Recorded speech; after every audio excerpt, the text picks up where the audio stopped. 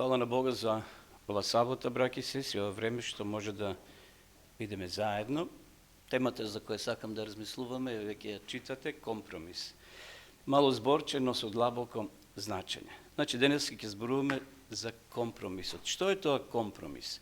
Еве една кратка дефиниција, тоа е спогодба помеѓу две или неколку страни, постигната со заемни остапки. Едноставна дефиниција, значи, која ни го објаснува зборот компромис.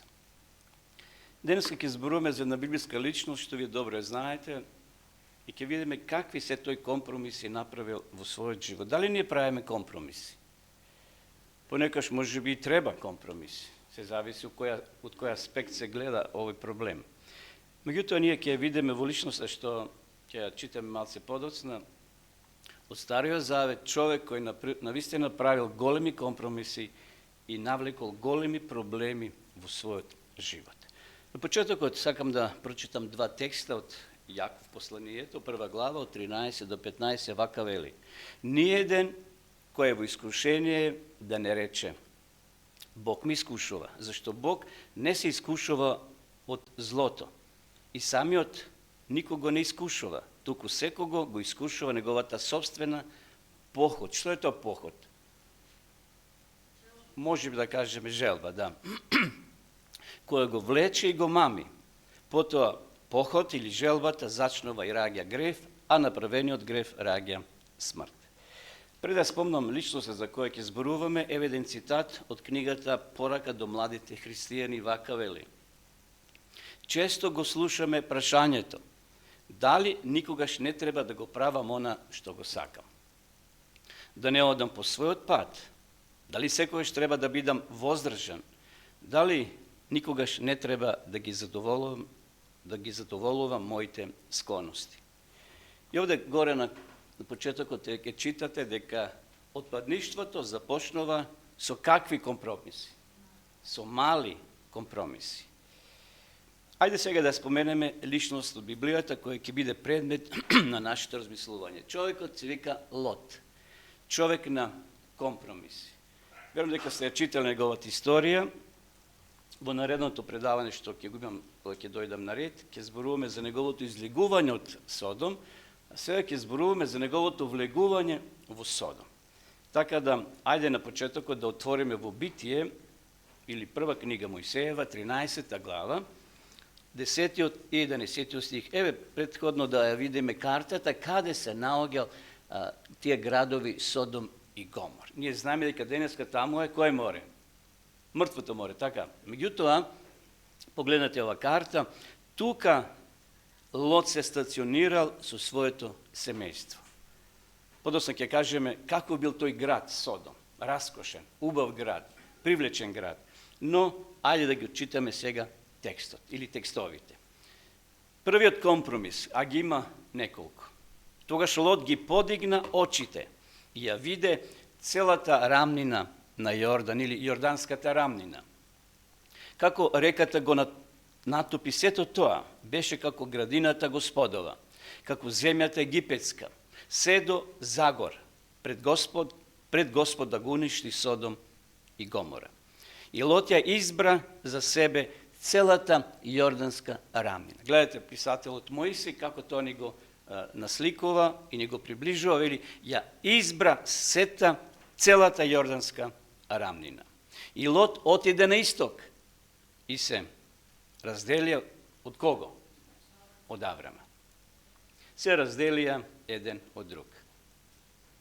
Браќи и сестри, на почетокот треба да кажем, Лот уживал во животот на границата помеѓу световноста и светост. Тоа е многу опасно.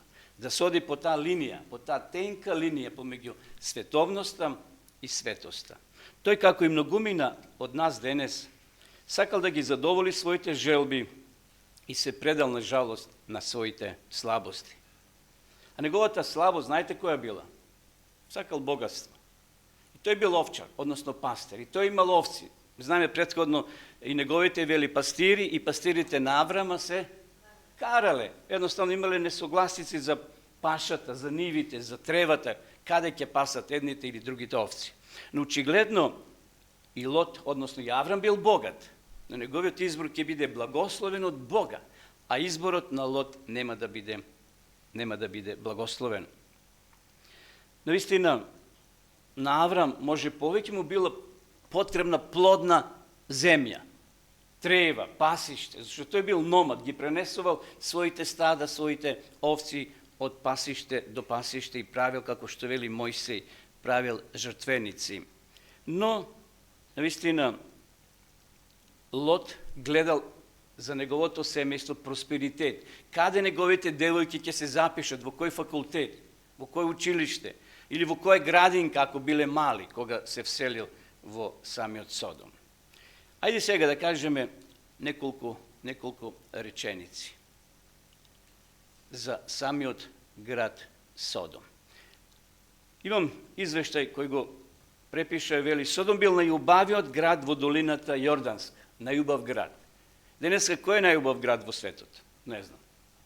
Може би ги има многу, може би Холивуд, може би Лос Анџелес, кај што денеска горат стотици и илјадници згради.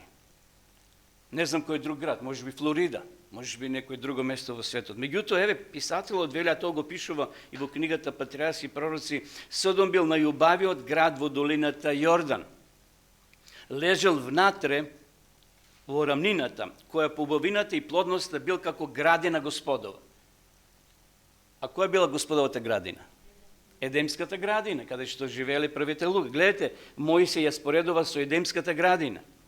Тропска флора, таму цветела во изобилство. Тоа било место на расадник на палми. Денеска ние купуваме миниатурни палми. Ако одите кај Воландово, таму на раскрсницата према Дорен ќе најдете луѓе кои продаваат палми. Зимски палми, они кои издржуваат минус 15, други палми. Луѓе купуваат и ги чуваат така дома како цвеќиња. Палми, расадник на палми, маслинки, лозја, пријатен мирис на цвеќињата кои се шират во текот на целата година. Гледате сега, нивите биле покрини со богато лето, значи со богато производство, а околните ридови со стада, овци и говеда. Понатаму уметноста, трговијата придонеле својот удел во збогатување на тој град. Источните богатства биле украсени и содомските палати и пустинските каравани ги снабдувале своите маркети и продавници со скапоценности. Со малку предпазливост и труд би можеле да ги задоволи сите животни потреби, а цела година наликувала на низа празници и свечености. Има ли нешто подобро тоа? Значи, секој викенд можел Лот и неговото семејство да уживаат. Ова слика ја илустрира сцената кога се разделил од неговиот вујко Аврам. Аврам по сите тогашни закони како посред требало прв да бира. Меѓутоа бил попонизен од Лота. Лот бил гор човек. И сега тој го одбрал она што го одбрал, не прашавајќи го Бога. И за тој компромис што ќе го направи подосна, ќе страда целото негово семејство. Лот, браќи и сестри, многу добро знаел дека полека, но сигурно се приближува кон градот, кон Содомите на тие градови Содом и Гомор. Тој добро знаел каков е народот таму. Може би не може да провери на мобилен каква ситуацијата во градовите. Денеска можеш на Google да провериш како се живее во овој или оној град. Меѓутоа тој немал ориентација како, меѓутоа слушал, информации струеле, информации оделе од луѓе на луѓе. Тој едноставно знаел каков е животот на Содомите. Но Лот го оправдал својот прв компромис со грижа за своето семејство и нивната благосостојба. Знам денеска некои семејства се преселиле таму на тој град, во таа држава, за семејството, за децата да имат просперитет. Сето е убаво. Меѓутоа, ако не ги држиме дизгините, ако не ги држиме тие работи што се важни, може семејството да биде жртва за тој живот кој се живе од тие градови. И сега, многу работи денеска се оправдуваат, па мора тоа да го правиме. Световни работи. А пред желбата може да се стекне некоја материјална корист. Лот седел, браќи и сестри, може да кажеме, над зидот A знаете, кога се седи на зид, каква е опасност да се падне? Голема. Ке ве подсетам на едно момче од Библијата по име Ефтих. Сеќавате од Дела апостолска? Тој седел на прозорецот и паднал. Добро, тој паднал од други причини, заспал. Бидејќи имало свеќе внатре, може било загушливо, тој го отворил прозорецот малку на воздух, но знаеме паднал. Но среќа што тука бил апостол Павле, па го воскреснал. Но да се запрашаме за нас денеска, дали сакаме да седиме над зидот со едната нога прекрстена на другата, а другата нога да ни виси во овој свет? Дали не привлекува убавината на овој свет? Ево една слика која малце ја илустрира сликата што Лот го одбрал. Лот се полакомил на жалост. Ние христијаните мора да бидеме различити, браќи и сестри. Мора јасно да се разликуваме од овој свет. Мора да имаме различни желби, стандарди и објекти на љубовта. Ако денес седиме на мојот зид или ти на твојот зид, подобро е што побрзо да одлучиме на која страна ќе бидеме целосно. Дали на страната на Бога или на овој свет. Лот, на жалост, ќе го чини животот на керките, на жена му, на целото негово семејство. Првиот компромис е тоа што Лот тргнал. Сепак имал предзнаење каков е животот во Содом. Тој свесно заминал во тој град. Вториот компромис, ајде да го читаме. Аврам живееше во хананската земја, а Лот живееше во градовите на таа рамнина, преместувајќи ги своите шатори во Содом или до Содом. А народот во Содом, еве како беше. Беше непослушен и многу му сгреши на Господа.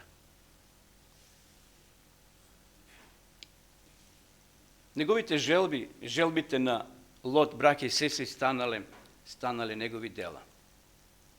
Исус вели во Матеј 6:21, каде е твоето богатство, таму ќе биде твоето срце. Очигледно, таа цел што ја поставил Лот полека растела се повеќе и повеќе во неговиот живот.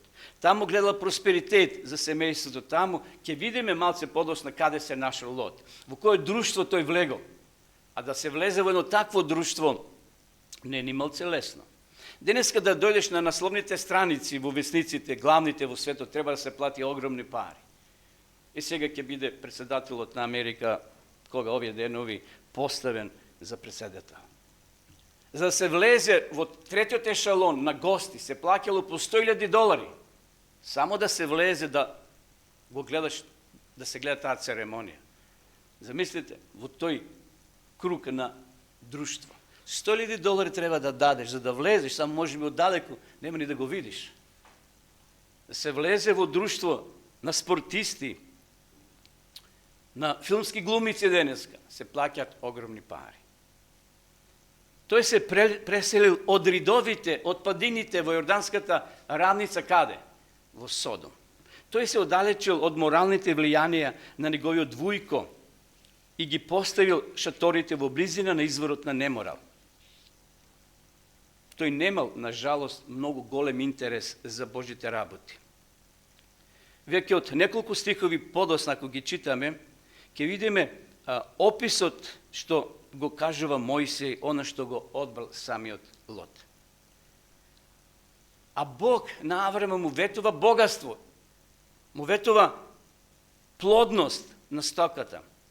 Ки има дури и благослов во неговата генерација, ки има, значи, принова, односно ки има дете од кои ќе се народат мноштво луѓе како звездите небесни.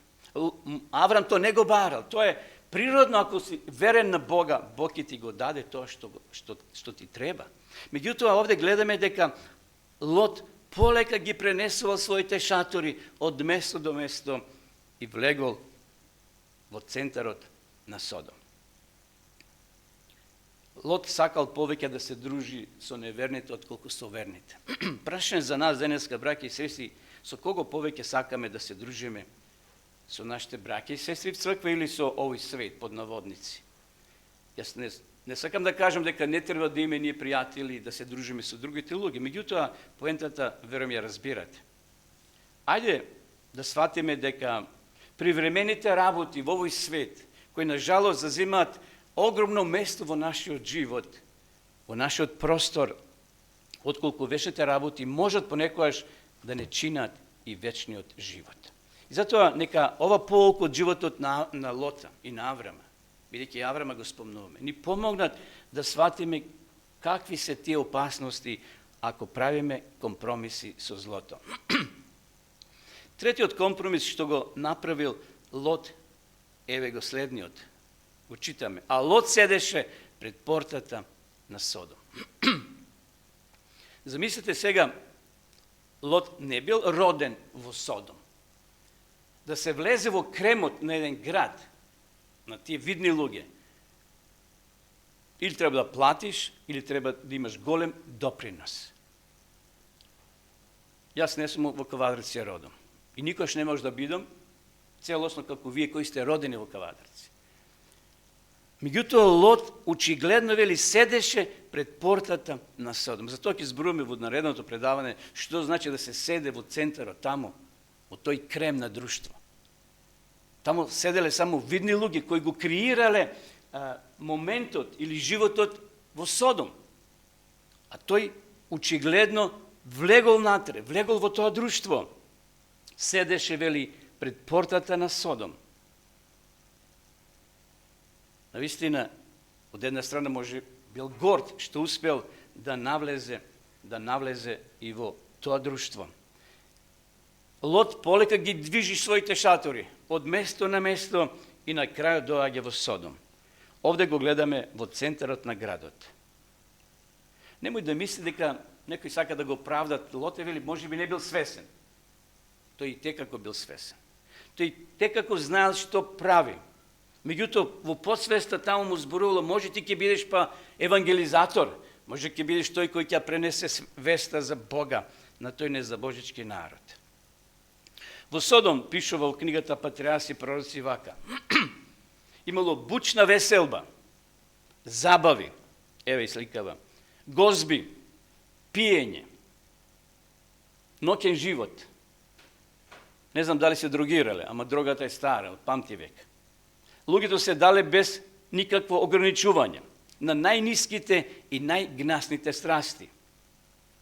Отворено му прекоселе на Бога, се спротестувале неговиот закон и нашле задоволство во насилството.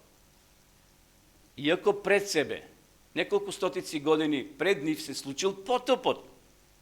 Замислете, информациите биле свежи, зошто Бог реагирал во тоа време. И добро знаеле дека како Божиот гнев се манифестирал во нивното уништување, тие сепак го живееле истиот безбожен живот. И затоа, може би Стариот Завет наликува на Бога кој е гневен, кој се лути, кој казнува, меѓутоа чашата често пати ја преполнувале тогашните луѓе. И Бог во љубовта морал да реагира за да го спаси здравото место, за да ги спаси тие 8 души. Знаеме, Бог уништил преку 7 милиарди луѓе. Не затоа што сакал, туку затоа што тие тоа го одбрале. Уживале жителите во Содом. Набргу, кога пристигнал во градот Содом, го гледаме Лот како се жали на гревот. Може би не може да му прати порака на својот вујко Аврам. Аврам е тука навистина лошо, што да правам, дај ми совет. Меѓутоа тој сватил дека и почнал да се жали. Знаете, секој пат кога христијанинот ќе се стави во неморална и грешна средина, не му треба многу време да се прилагоди на таквата средина. Постои една изрека, со каков си, с ким си, така си, знаете, она српска поговорка. Лот сакал да се одвои, да биде посебна личност, да биде со авторитет. Може би размислило, ако се доближам до таа група луѓе во центарот, тие што го креираат животот на Содом, може ќе имам поголемо влијание. Може би децата ќе ми се запишат на подобра функција или во подобра школа. Сега карикираме. Меѓутоа, очигледно, Лот имал некоја математика во својот ум. Лот не само што живел во Содом, браќи и сестри, не само што живел во Содом, туку тој потпаднал под нивното влијание. Никаде не гледаме дека Лот мисионирал. Никаде не запишал Мојсија дека еве Лот зборувал за предпотопниот свет какво биле. Зошто Бог го уништил предпотопниот свет. Никаде Лот тоа не го проповеда. Никаде луѓето не се осведочени за живиот Бог. Тој се стопил, тој се изедначил, направил компромис со животот во Содом. Меѓутоа, за разлика од него, Аврам постигнал големо сведоштво со својот необичен и едноставен живот, полн со вера и храброст во тешките моменти. Интересно, за Аврам знаеле дури во Содом дека е храбар човек, иако малце го исмејувале, но сепак се чуделе од каде му таква верност, од каде му таква сила. Знаеме какви народи тој се освел, односно ги победил. Кога Аврам бил затворен, заточен, кога Лот бил заточен, Аврам го ослободил.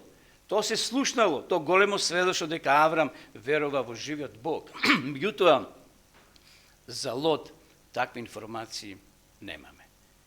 Еве го Лот седи на градската порта. Ова требало да биде предупредување, браќа и сестри, за Лот, но сепак тој ги оправдал своите постапки и својот живот затоа што ете има добри намери. Секогаш добрите намери не значи дека сме во право. Меѓутоа, Лот можел да раскине. Иако во подсвеста, во срцето негово, тој е добар човек. Ние кога зборуваме за гостопримството, го земе во позитивен смисол, дека Лот има отворена врата, отворен дом и ги примил гостите. Меѓутоа, колку денеска ние, браќа и сестри, сме склони да правиме компромис на штета на нашата духовност. Има ли такви моменти? Сигурно се случиле во нашиот живот. Одиме понатаму на четвртиот компромис. Знаете, кога дошли сега ангелите, посетителите во градот, ги пречекал Лот, тој бил, реков, со отворено срце. Ги препознал дека се странци, им рекол, ајде, дојте кај мене. И сега Мојсија вели вака во извештајот. А тој им рече, не правете зло, браќа. Ето, ви се сега поистоветува, браќа ги нарекува овие жители на Содом. Овде имам две керки, кои се уште не познаваат маж. Јас ќе ви ги изнесам, па направете со нив како сакате, само не ги допирајте тие луѓе. Зашто? Затоа што ми дојдоа под покривот. Овде, браќи и сестри, го гледаме сега таа кулминација на компромисот во животот на Лот. Достигнал врв. Не само што не му пречела грешноста и секој ден седел на градските врати или порти, сега гледаме дека тој бил подготвен да го жртвува и неговото семејство да учествува во тоа, во тој неморал. Тој тоа го слушал секој ден. Тој седел во центарот на градот. Седел со такви луѓе кои го креирале животот во Содом. И сега, вели, за да ги заштити гостите, немојте, вели, еве, ќе ви ги дадам ќерките. Правете со нив што сакате.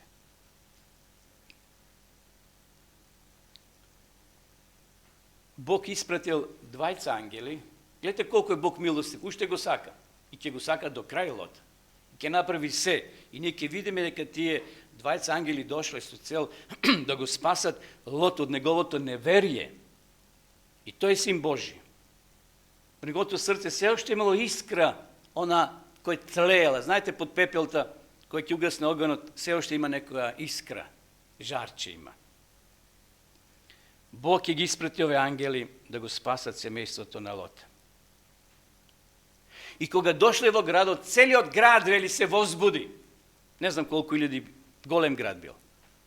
Целиот град, како на интернет да прочитале дека има странци и се упателе кон домот на Лот. Се заинтересирале за нив. Граѓаните во Содом, браќи и сестри, станале толку перверзни, што сакале да ги селуваат гостите на Лот. И сега Лот ги нуди своите две ќерки. Каква мизерија од родител стана Лот. Да ги жртвува, да ги трампа своите ќерки, кои се уште не познале маж, кои биле невини девојки. Лот ги понудил своите две ќерки на содомците во замена за ангелите. Iako тој не знал дека се ангели. Тоа биле луѓе, но очигледно сватил дека се надприродни луѓе, дека не се обични луѓе. Каков татко, како би ги дал своите керки на машка толпа да ги силуваат? Ајде го погледнеме нашиот живот.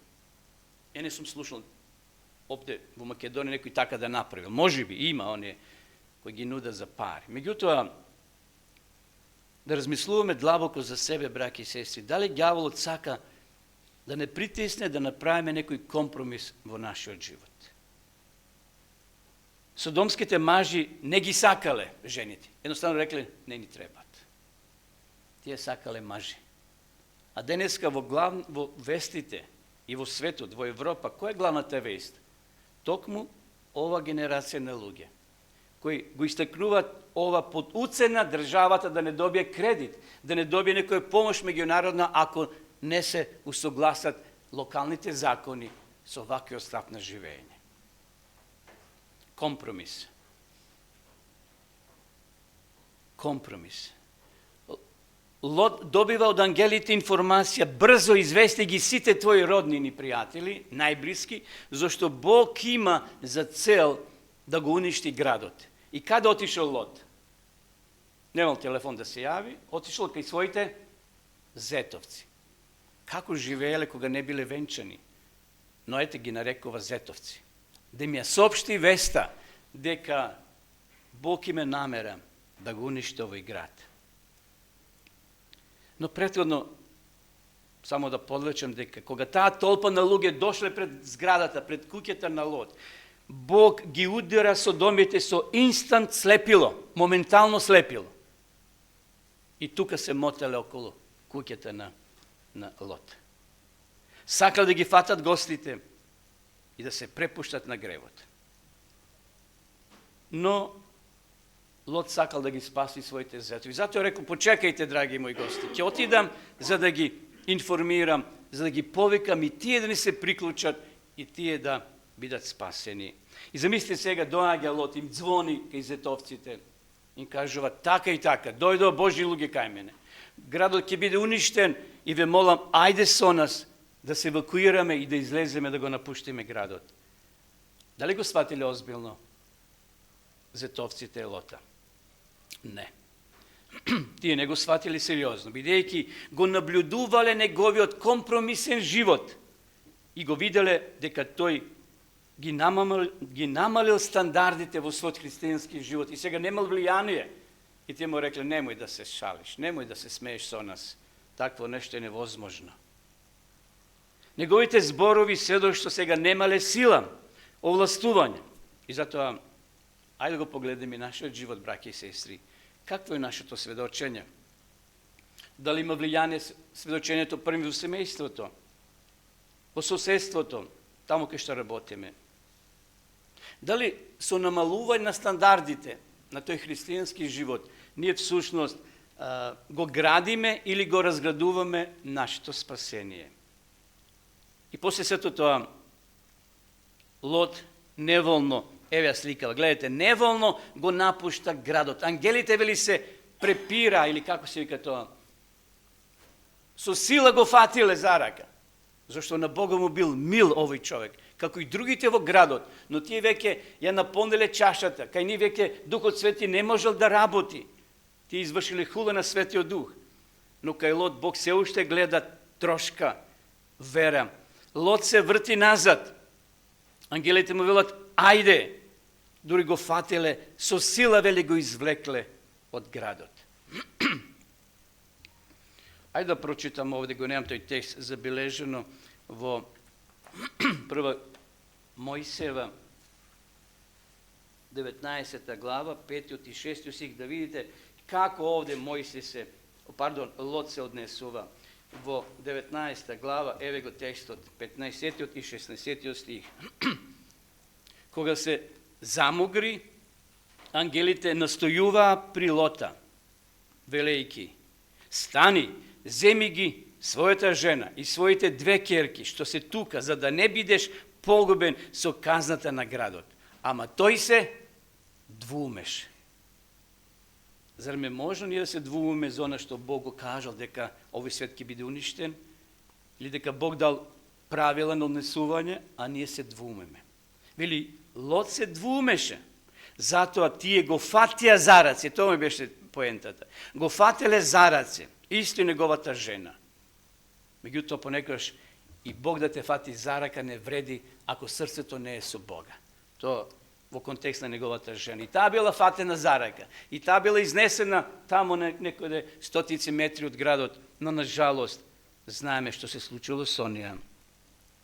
И понатаму вели, и според Господовото смилување над нив ги одведоа и ги оставија надвор од градот. Гледате каква е милоста Божја, браки и сестри. Понекогаш Бог ќе те фати за рака, не со тоа да ти ја повреди раката, туку да те спаси од злото. А ние не годуваме, ние викаме, Боже, зошто си толку упорен? Боже, ме боли. Меѓутоа Бог вели, тоа е за твое добро. Лот не сакал да замине, како што гледаме на оваа фотографија. Сакал да остане во градот на гревот.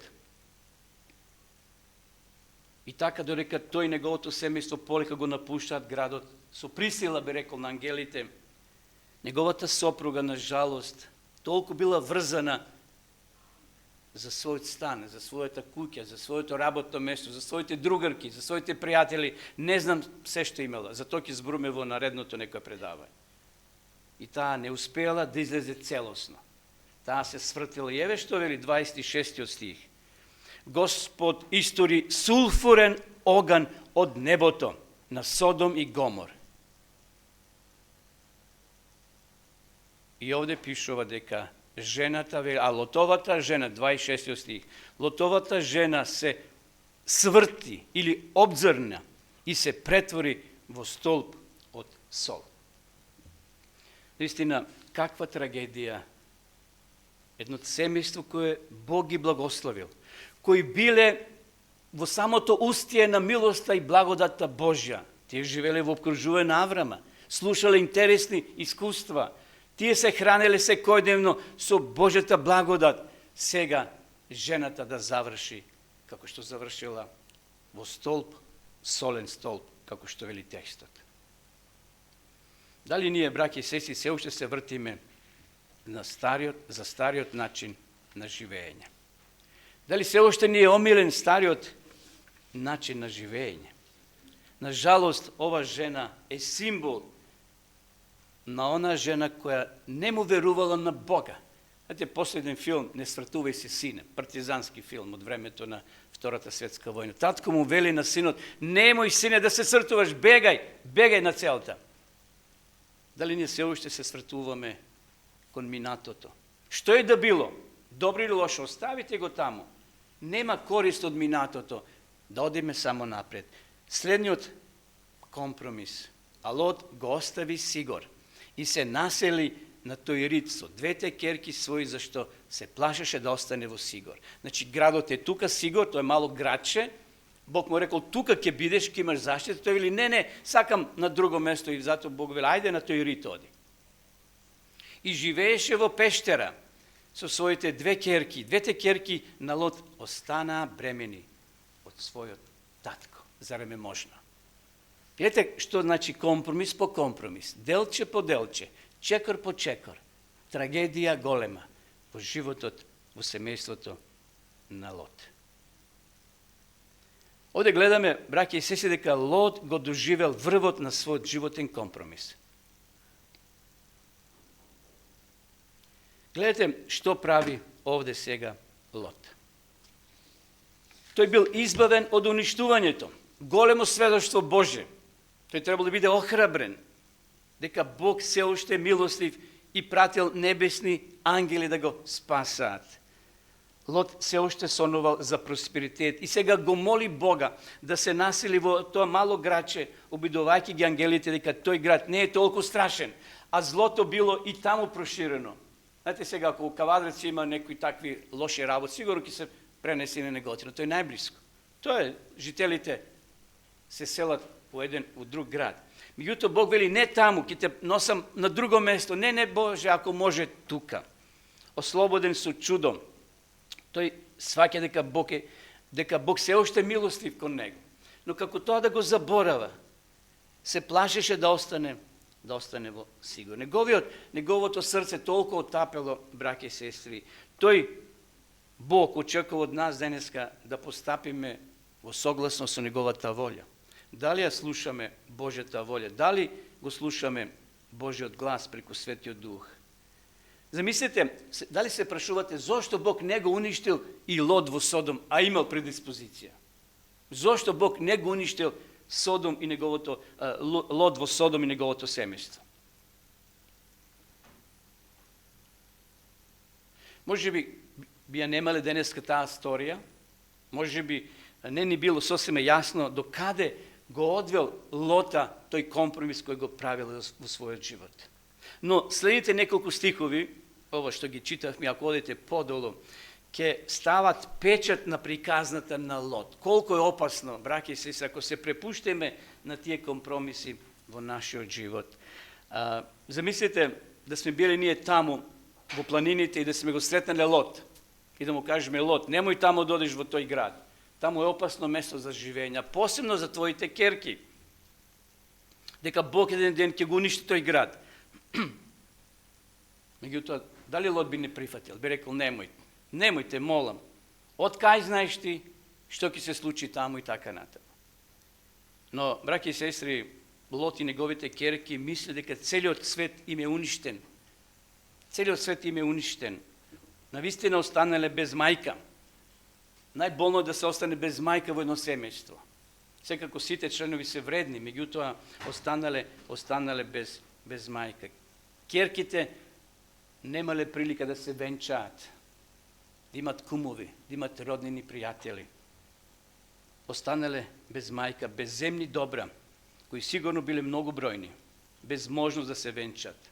Лот направил компромис и тој компромис влиел на целото негово семејство.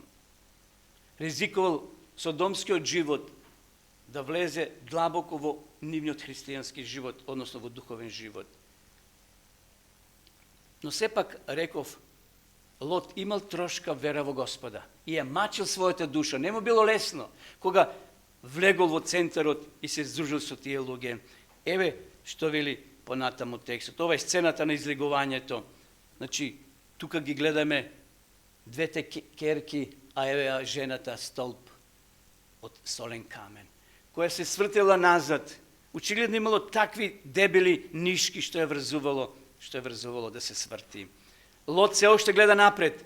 Тој се уште е Божи човек, во смисол Божи љубимец, Бог го сака, зашто тој длабоко во срцето се мачел. Еве што вели Петар. Ајде да го читаме текстот. Зашто кога меѓу нив живееше праведник, гледате како е нареден Лот, како е именуван. Гледајќи и слушајќи беззаконски дела, тие од ден на ден ја мачеа праведната душа. Но последиците морал да ги сноси.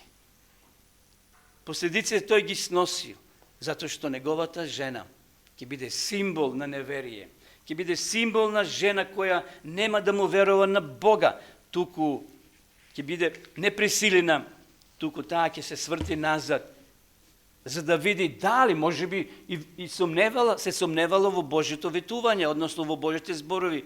Може би си рекла, дали навистина Бог така рекол? Ај да видам. И се свртила и знаеме што станала. Што се случило подосна со спасението на неговите керки, не ни кажува Библијата. Загубил жена, која се претворила во солен камен и останала како опомена на идните генерации. Тој предосна сватил, мислам на Лот, браќи и сестри, дека направил грешка за да го научи своето семејство на Божите патишта и заповеди. И затоа Павле ќе запише во Галатјаните 6:7, вториот дел, кој се е, тоа го жнее. Не можеме да си играме со грев, браќи и сестри, зашто на крајот гревот ќе си игра со тебе и со мене. Прочитај една реченица, запиша вака гласи: знаете дека ако го повикуваме ѓаволот на нашата врата, тој што ќе направи? Ќе влезе. Тој ќе влезе внатре. Кога Лот ги преселувал полека своите шатори од падина до падина или од нива до нива, од место до место, не размислува длабоко дека ќе се доближи во центарот на Содом. Не мислел дека ќе влезе во таково отпадништво. И ако сме го сретнали Лот и би му рекла, Лот, немој тамо да ги селиш керките, немој тамо да живееш во тој град, сигурно тој би рекол, немој да зборуваш глупости. Ова мене да ми се случи, не е можно. Но тоа се случило, затоа што направил компромис и на сметка на својата вера и светост. Тоа се случило поради тоа, бидејќи тој се преселил и се населил во близина на градот и се повеќе го прифаќал како нешто нормално. Ајде при крајот да завршиме со ова порака од младите христијани. Книгата, ако некој ја нема на македонски, може да му ја испратам. Какво задоволство е за сатаната да гледа дека душите толку лесно ја земат мамката на јадицата и го следат патот што им го отворил. Знаете колко ѓавот лука. Ке ти направи пат. Знаете кога се пробиват патишта во градот, некоја населба нема пат, се радуваме сите, па асфалт да стават, па тоа е многу добро. Вели, сатаната со задоволство се радува, што го следат патот што им го отворил. Тој не бара целосно да се откажат од молитва и облиците на верските должности. Не, ти си верувај во Бога, ти си оди во црква, ти си давај дарови, се тоа добро. Бидејќи на тој начин може уште подобро да ги користи во својата служба. Најголемата придобивка ја извлекува за себе, која ги меша своите лаги измами со нивното искуство и нивното исповедање на верата. Вистина, каква вистина има во овој зборови. Со задоволство, вели какво задоволство е за сатаната да ги гледа душите. Тоа сме јас и ти. Лесно ја зимаме мамката понекош на јадицата. Знаете, мамка, јадица, има тамо едно свиткано, па се става црв и се фрла во водата. И рибата несвесно голта. Се фаќа. Тој не бара целосно да се откажеме од молитвата и облиците на верските должности. Може се молиме, како они фарисеи тамо, знаете, се удараше во гради, јас не сум како овие, јас сум подобар и така натаму. Најголемата придобивка излекува за себе која ги меша своите лаги измами. Браќи и сестри, о размислување пред се за себе јас го приготвив, за сите нас, да се видиме на тој рентген, на тоа гледало, на кое ниво се наоѓаме и како што кажува Соломон, фатете ги лисиците, лисичињата, оти тие го пустошат, тие ги пустошат лозјата, а лозјата ни цутат. Сега ние сме во цутот на нашата духовност, пред Христовото доаѓање. Дали ќе му дозволиме на лукавиот да ги пушти тие лисичиња мали во нашиот духовен живот и со цел да го уништат цутот?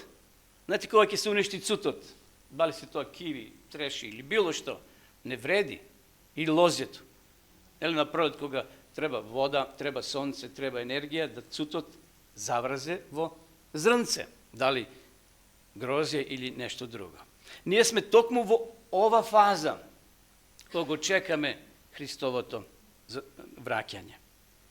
Така и со нас христијаните, кои правиме компромис и ги намалуваме стандардите на светоста, кога ќе почнеме да ги намалуваме тие стандарди, да правиме остапки, малку овде, малку онде, почнуваме да поминуваме се помалку време, можеби со проучување, лична молитва со Бога, секако доаѓање кога можеме во црква. Меѓутоа, кога ќе почнеме да оправдуваме својата духовност, ради тие причини не може, ради тие причини не го направи тоа, ради тие причини, тогаш, кога се помируваме самите со себе, а радоста и мирот исчезнуваат од нашата душа. И сосема на крај, еве неколку реченици. Да го прегледаме нашиот живот. Дали сме на пат на компромис кој води до отпадништво? Дали ги намалуваме стандардите на светоста? Ако е така, тогаш е време да му го вратиме животот на Бога. И ова реченица за мен охрабрување. Се уште можеме да го направиме тоа. Зашто се уште сме во која фаза? Во цутот, во цветот. Кај што се уште можеме. Знаете, кога комбањата ќе дојде и кога житото се жнее, има 3 врсти зрна. Крупните одат таму во амбарот, има половични и оние празни штури. И знаеме, плевата оди во оган и се пали. Господ да ни помогне, браќи и сестри, да се уште кога сме во цутот на наша духовност, да изградиме нашата вера. И ако имало падови во минатото, а имало секој од нас, сите ние сме, велиме, грешни сме, но сепак да бидеме близко до Бога. Зашто Бог го дал својот син, Исус Христос, за тебе и за мене, за сите нас. Таму вели, секој кој верува во Него да не загине, туку да има вечен живот. Нека му е слава на Бога за ова вистина и за силата што тој ќе ни ја даде. Да ги сватиме опасностите што сатаната како јадица ги фрла, за да не улови. Но Господ е поголем.